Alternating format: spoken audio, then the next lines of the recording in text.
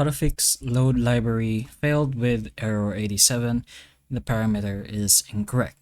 So the message usually appears on Windows when a program or driver tries to load a DLL but fails due to maybe a corrupted file or incompatible driver or even a misconfigured system setting. So before anything, you can always go ahead and try restarting your laptop or computer device first. So once you've tried that and it still doesn't work, you can go ahead and try updating your graphics drivers.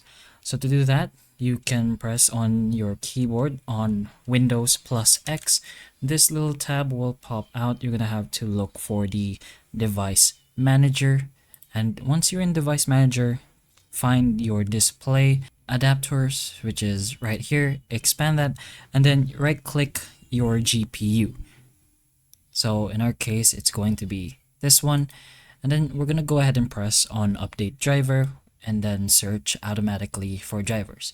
You could do it manually, but that depends on you. And if you have any of these, like a Realtek driver update or any of these that hasn't been installed yet, you can go ahead and press on install manually or just press on install all. Another option is to use command prompt to repair system files. So search for your command prompt and press on run as administrator, press on yes, and you'll have your command prompt open. What you're gonna do now is type in sfc and then /scan now. Then just go ahead and enter, and it's gonna do a little process which will take some time to verify, so you're gonna have to wait for it to finish. And once that is done, you're gonna have to type in another code, which is DISM space / online and then another space / cleanup, like so, -image space another / and then restore health.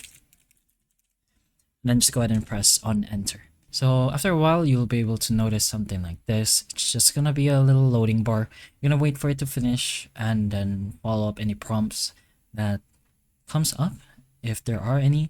But those are some options you could try if you are having this problem. So hopefully the information of this video can help you, and if it can, please like and subscribe for more videos like this, and that's all.